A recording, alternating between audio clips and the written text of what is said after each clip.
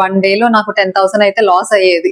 జాగ్రత్తగా ఉండకపోయి ఉంటే 10,000 అయితే లాస్ అయ్యి ఉండేదానండి. మనం రీసెంట్ గా క్లాసెస్ స్టార్ట్ చేస్తున్నామని ఒక వీడియో అయితే పోస్ట్ చేస్తాం కదా, దానికి ఒక కస్టమర్ మనకి రెస్పాండ్ అయ్యారు. నాకు ఒక స్లాట్ బుక్ చేయండి, నేను అడ్వాన్స్ పే చేస్తాను అని మనతో కంప్లీట్ చార్ట్ చేశారు.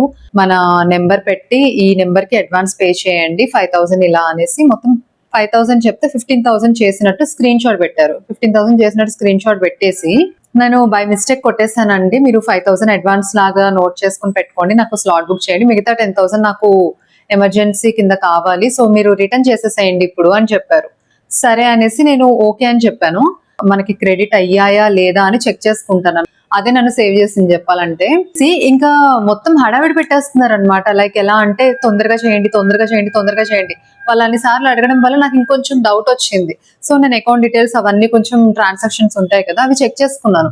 చెక్ చేసుకుంటే అసలు వాళ్ళు అమౌంట్ క్రెడిట్ అయినట్టు ఎక్కడ చూపించట్లేదు నాకు. 5,000 అడ్వాన్స్ కింద ఉంచుకుని మిగతా అమౌంట్ రిఫండ్ చేయండి అని అడుగుతూనే ఉన్నాడు. నన్ను తొందర పెట్టేస్తున్నాడు అనమాట. ఇంకా సరే అనేసి నేను వీడియో కాల్ చేశాను. వీడియో కాల్ అటెండ్ చేసి నాకు గోడని చూపిస్తున్నాడు. సో మొబైల్ ఇలా పెట్టేసి నాకు గోడని చూపిస్తున్నాడు. నేను ఆఫీస్ లో ఉన్నాను, నేను కాల్ అటెండ్ చేయలేను, అదిదని ఏవేవో రీజన్ చెప్పాడు. ఇంకా నాకు అర్థమైపోయింది, ఓకే వీళ్ళు ఫ్రాడ్, జెన్యూన్ కాదు అని అర్థమైంది. సో బేసిక్ గా ఈ మ్యాటర్ అంతా మీకు ఎందుకు ఎక్స్ప్లెయిన్ చేస్తున్నానంటే బయట చాలా జరుగుతున్నాయండి ఇలా. 1 డేలో నాకు 10,000 అయితే లాస్ అయ్యేది.